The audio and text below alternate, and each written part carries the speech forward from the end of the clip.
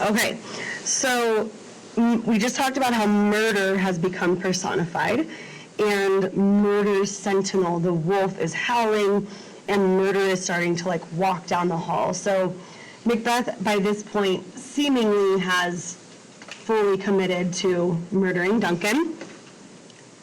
And we're going to go straight into another illusion. My illusions are pink, and it is right here. So, with his stealthy pace, with Tarquin's ravishing strides, towards his design, moves like a ghost.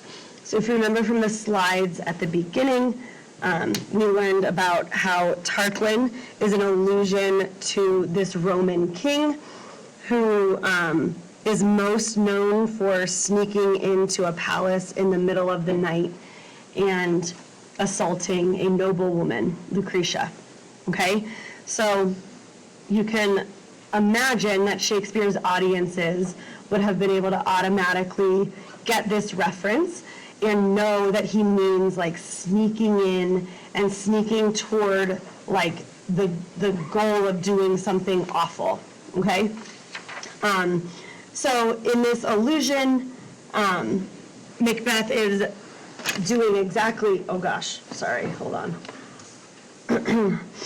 is kind of saying that like he's like that in that in his walk toward murdering Duncan, he's kind of taking away any of his last remaining purity, okay?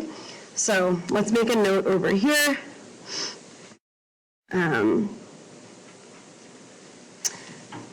Macbeth views the murder of Duncan as taking away his virtue. It would be like his last remaining morality.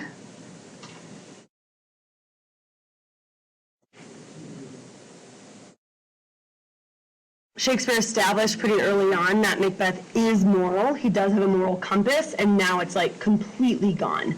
Okay, so he's committed. He's on the road. All right, let's keep reading. It says, "Thou sure and firm set earth, hear not my steps, which way they walk, for fear thy very stones prate of my whereabouts, and take the present horror from the time, which now suits with it."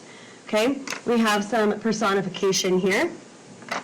My personification is in orange, and Macbeth is, you gotta start to picture this, right? He's walking down like a hallway, a stone floor, and he's like begging the steps, like, don't give me away.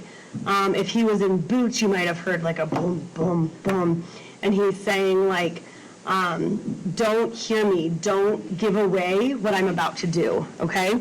So, thou sure and firm set earth, hear not my steps, which way they walk. To prate is a word that means to like talk a lot about. So he's essentially asking the stones, don't hear me doing this, don't alert anybody to my presence. So let's make a note here. Personified earth or stones, asking them to not give away his location. Okay? All right. Here we go. Whiles I threat, he lives. Words to the heat of deeds, too cold breath gives. What do we have there? We have a rhyming couplet. We have lives and gives. Then he hears the bell ring. If you remember what the bell was, this was the signal from Lady Macbeth that it was time for Macbeth to enter into Duncan's room and do the murder. Okay, so he hears the bell, and it's like, it's game on, okay? he says, I go and it is done. The bell invites me. Some personification. The bell inviting him forward. Personification of the bell. And he says, hear it not, Duncan, for it is a knell that summons thee to heaven or hell. Thee is a reference back to Duncan. So he's like, Duncan, I hope you don't hear this bell, because it's calling you to your death, to either heaven or to hell. Shakespeare ends this with with another rhyming couplet, knell and hell. This couplet here, let's look at this. He's still having like this final moment, okay? It says, while I threat, he lives. Okay, while I'm like kind of standing here figuring out what I'm gonna do, he's still alive. And then words to the heat of deeds too cold breath gives.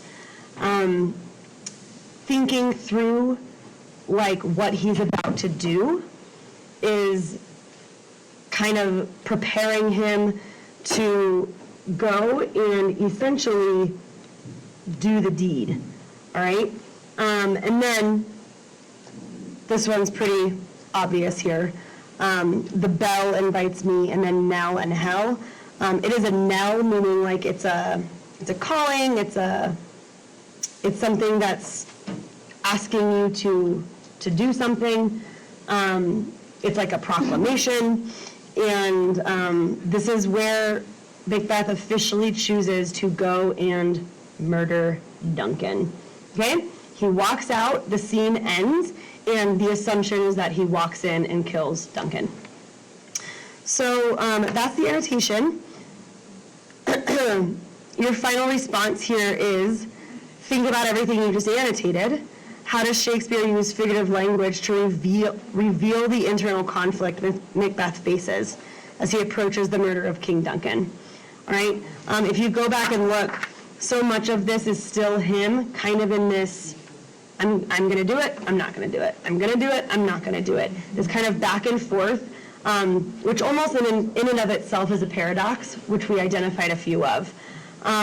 So go back through, kind of think through how all of this presented Macbeth as having this internal conflict, even though at the very end, he kind of just makes up his mind and does go and kill Duncan. Okay, that is it. Try to get these done and have them completed when you return. Bye-bye.